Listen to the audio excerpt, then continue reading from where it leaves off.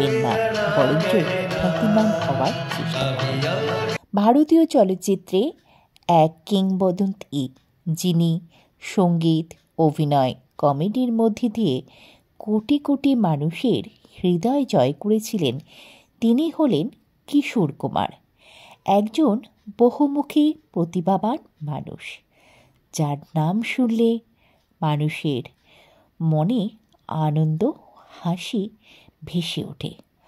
আজ তার জীবনের কিছু অংশ ও অজানা কিছু আকর্ষণীয় গল্প আপনাদের সঙ্গে শেয়ার করতে চলেছি।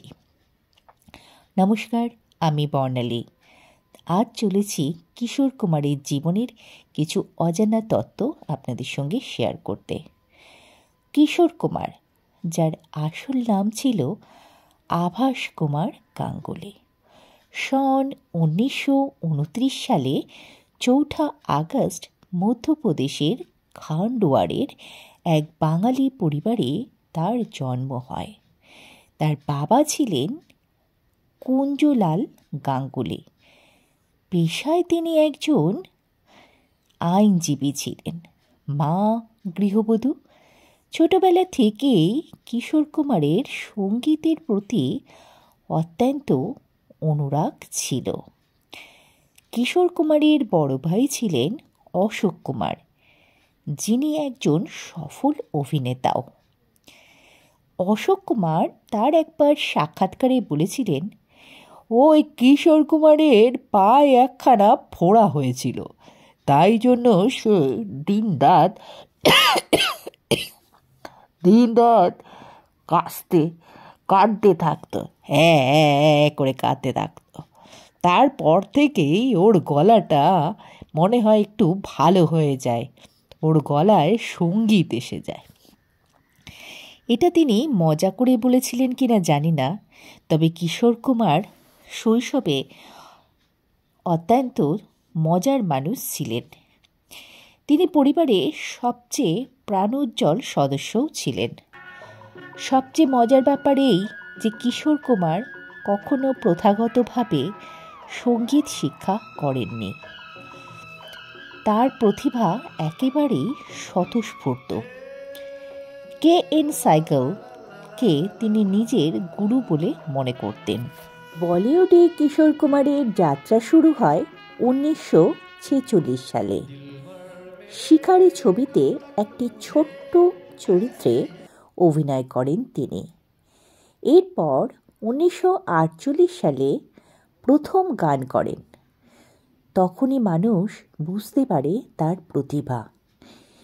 এরপর 1951 সালে আন্দোলন ছবিতে তিনি গান গান। তারপরে তাকে আর পেছনে ফিরে তাকাতে হয়নি।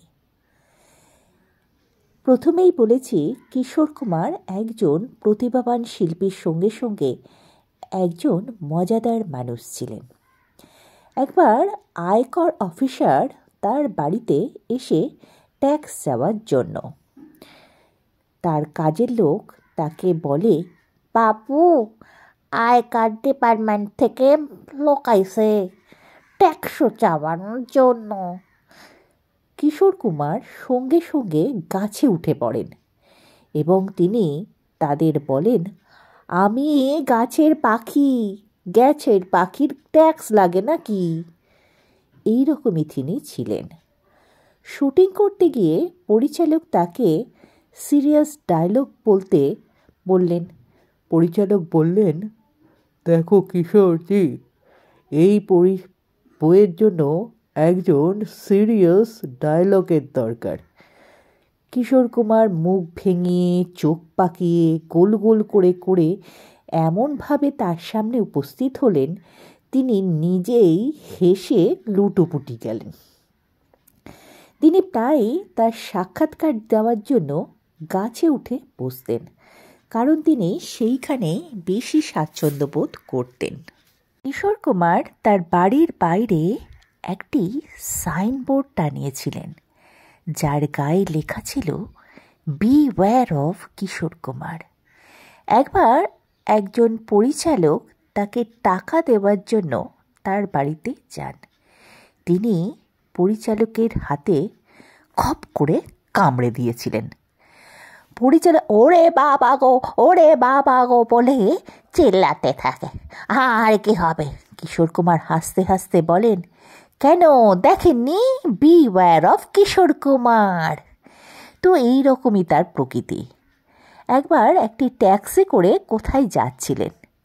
ট্যাক্সি ড্রাইভার বয়স্ক ছিলেন, তিনি তাকে চিনতে পারেননি। তিনি বললেন, বাবু টাকাটা দিন। কিশোর কুমার বলল, বাংড়ু টাকা কি হবে? তোকে আমি বরঞ্চ একটা গান শোনাই, তাহলেই তো হবে। কিশোর কুমারের একাধিক প্রতিভার অধিকারী ছিলেন। অভিনেতা, সুরকার, গীতিকার, প্রযোজকও ছিলেন। তার ছবি চলতি কা নাম গাড়ি ও দূর গগন কি ছাও মে তার প্রতিভার প্রমাণ পাওয়া যায়। তিনি ছিলেন অপরিসীম হাস্যরসে পরিপূর্ণ। সেটে এসে তিনি সবাইকে হাসাতেন। একবার প্রযোজক তাকে গান গাইতে বলার জন্য তার বাড়িতে গেলেন। তিনি নিজেই কাজের লোক হিসাবে দাবি করে বললেন প্রযোজককে, বাবু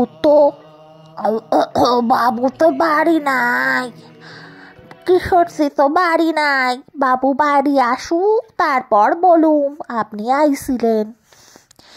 এই তো হলো তার চরিত্র। কেরিয়ারের শুরুর দিকে কিছু ছবিতে তার লিপে গান গেয়েছিলেন মোহাম্মদ রফি। সারারাত, রাগিনী এই লিপে গান গাওয়ার জন্য মাত্র 1 টাকা পারিশ্রমিক পেয়েছিলেন মোহাম্মদ রফি। কিশোর কুমার তার সিনেমা পারসন 1968 সালে এই একই গানে 4টি ভিন্ন ভিন্ন কণ্ঠে গেয়েছিলেন। তার মধ্যে তার নিজের পারসন ছবিতে তার নিজের কণ্ঠের পাশাপাশি মহিলা কণ্ঠস্বরও ছিল। ভূতের প্রতি তার অসম্ভব ভয় ছিল। একবার হরর ফিল্মে অভিনয়ের জন্য আসে তার কাছে কাজ, কিন্তু তিনি ভূতের চরিত্রটা এতটাই তার কাছে ভীত করেছিল যে তিনি সে কাজটি নিতে অস্বীকার যান। রাত জাগার অভ্যাস তার ছিল। বেশিরভাগ গানই তিনি মধ্যরাতে রেকর্ড করতেন। তার মতে তার সুর ও আবেগের সেরা সময় সেটি। গান গাওয়ার পাশাপাশি তিনি বাগান করতেও ভীষণ ভালোবাসতেন।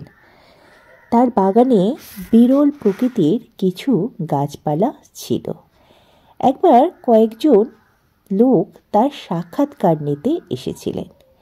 তিনি তাদের সোজা তার বাগানে নিয়ে গেলেন এবং বললেন, এই যে এই গাছেরও একটু সাক্ষাৎকার নিন দেখি, গাছগুলো কিন্তু কথা বলে আমার, এই গাছের একটু সাক্ষাৎকার আপনাদের নিতেই হবে।